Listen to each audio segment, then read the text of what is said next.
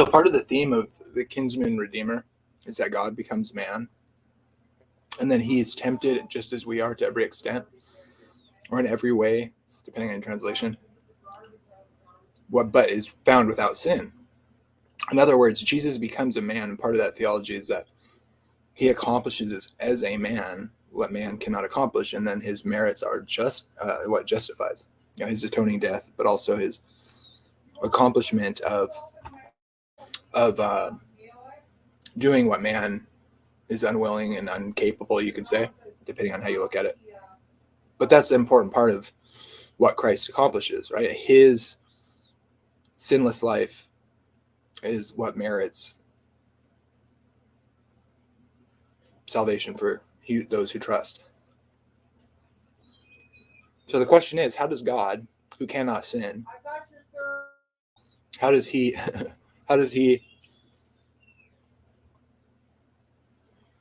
God tempted by sin? He can't sin, but yet he was tempted as we are. And if he wasn't tempted, in what way is he accomplishing anything as a man for mankind as our brother? In that sense, that's what the Bible says. So you got a problem with God becoming man.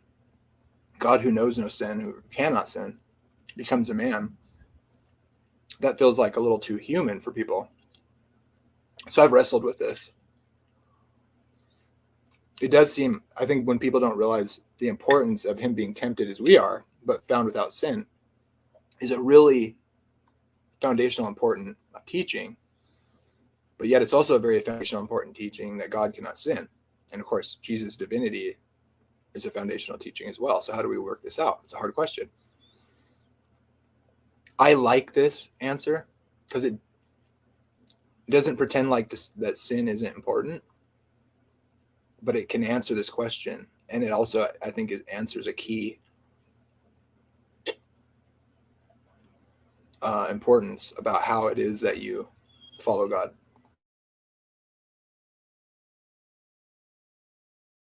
Is back again, 20%. Therefore, living life apart from God is the sin that doth so easily beset us. All right, let's continue. And let us run with patience the race that is set before us, looking unto Jesus, the author and finisher of our faith, who for the joy that was set before him endured the cross, despising the shame, and is set down at the right hand of the throne of God. For consider him that endured such contradiction of sinners against himself, lest ye be wearied and faint in your minds. Ye have not yet resisted unto blood, striving against sin, like he did. So what is this talking about? Verse 4 is talking about Jesus, who resisted unto blood, striving against sin. You mean Jesus had to strive against sin?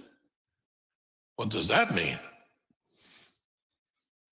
Well, I began to do a little research on the Bible and inspired writings to find out how sins appeal to Jesus. And I discovered page after page of single-space entries that sins had no appeal to Jesus whatsoever. He was disgusted by them. He was repulsed by them. He could not stand them, but he still loved sinners. Herein lies a big mystery.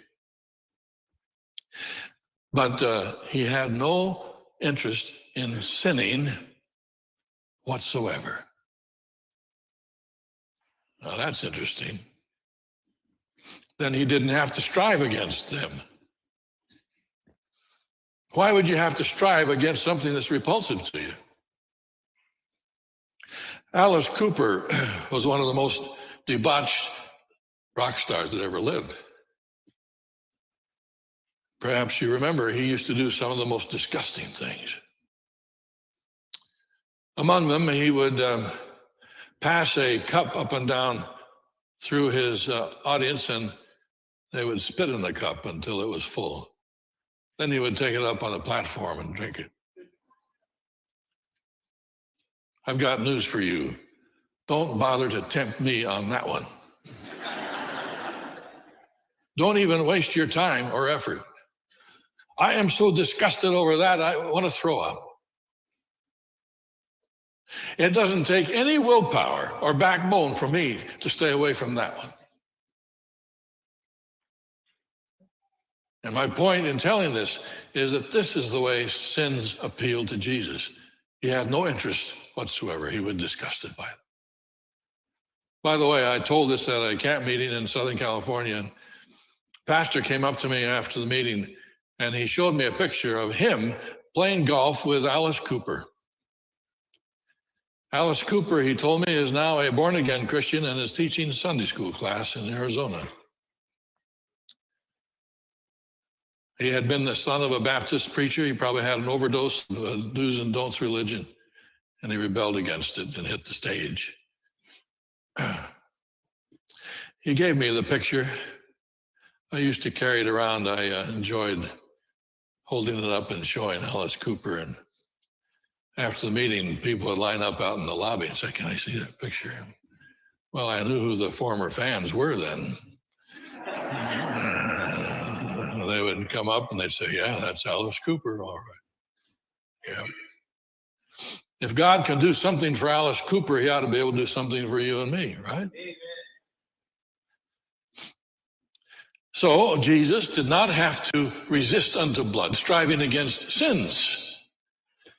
What he did strive against was sin, the real one, the big one. The devil knew that if he could get Jesus to separate from his Father and depend upon himself, that he would have him.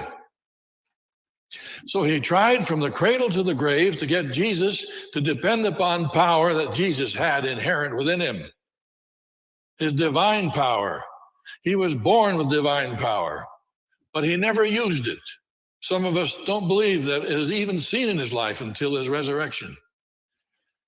He came with the determination to show mankind how to live through dependence upon another and not upon their own steam.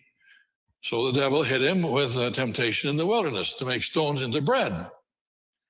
Is there anything wrong with being hungry when you haven't eaten for 6 weeks? Nothing wrong with that. And he didn't tempt him to make stones into fudge brownies or German chocolate cake. He tempted him to make stones into bread. Nothing wrong with that. He tempted him to do something right. Something right. Have you ever been tempted to do something right? I'd like to point out to you that every day we are tempted to do something right. We wake up in the morning, the pillow is soft, the bed is warm. We hear his call knocking at our heart's door. And we say, "Please, Lord, let me turn over and accept the will for the deed. I think I can do right today on my own steam. Thank you. I think I can do something right." And this is what the majority of professed Christians are doing every day. Tempted to do right, but in their own strength. Well, the devil failed. Jesus stayed with his purpose, and I'm thankful for that, aren't you? There are some people who are anxious to get the whole nature of Christ controversy solved. Are you aware of the debate over the nature of Christ? It split the early church down the middle. It has split churches ever since, and it has tried to split our church. Some people are championing the nature of Christ controversy under the label of righteousness by faith. It's not so. The 1888 message was not on the nature of Christ.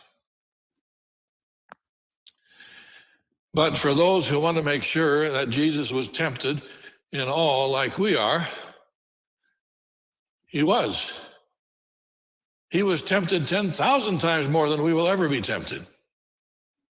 But some of the people say, wait a minute, Hebrews 4:15, where it tells us we have not a high priest which cannot be touched with the feelings of our infirmities, but was in all points tempted like as we are, yet without sin.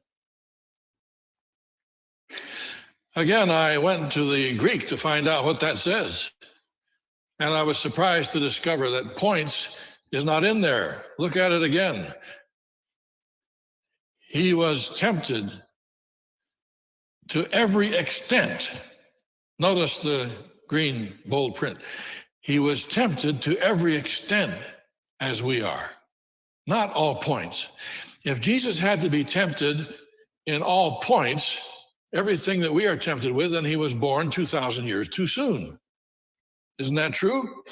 We have temptations today that they knew nothing of in the days of Christ.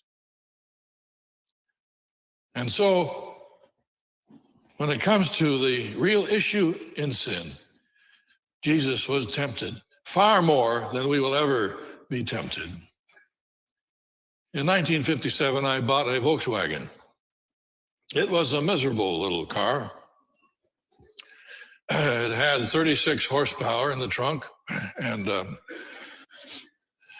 had a little tiny window in the back that was always fogged up, but it had 4 on the floor. I had always wanted 4 on the floor. Ooh, that's cool. So not long after I had my Volkswagen, I was sitting at the stoplight waiting for it to turn green, and one of these smart alecks from the local high school pulled up beside me in his hot rod. He had 4 on the floor, so did I. I forgot that he had 8 in the furnace. And I had 4 in the trunk. The light turned green and we raced across, and by the time I got across the intersection, he was down at the next stoplight. I was never tempted to do that again.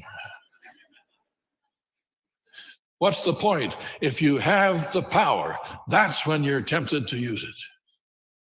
Jesus had the power, and he was tempted 10,000 times more than you and I will ever be tempted.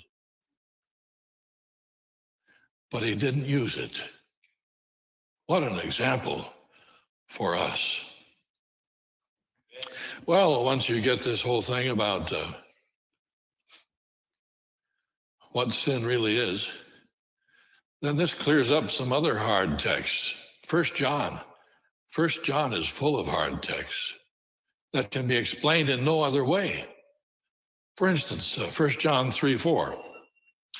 If you go to a typical audience of my subculture, you know what you're going to get. If you ask what sin is, they're all going to say what? It's the transgression of the law. Now,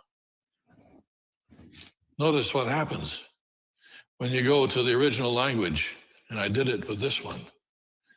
What it really says is, whosoever sins or lives life apart from God transgresses also the law, for sin results in the transgression of the law. Sin is not the transgression of the law. Transgression of the law is the result of sin. The real sin is living life apart from God, which most of us have experienced too much of.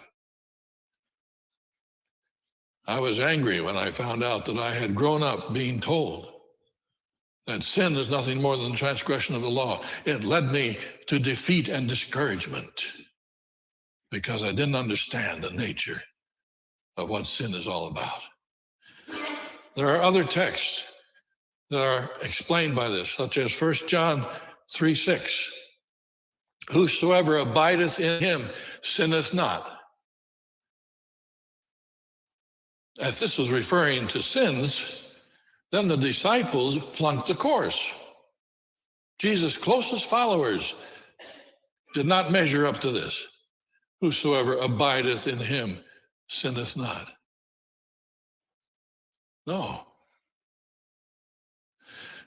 But if you interpret it as living life apart from God, then whosoever lives life in connection with God sinneth not.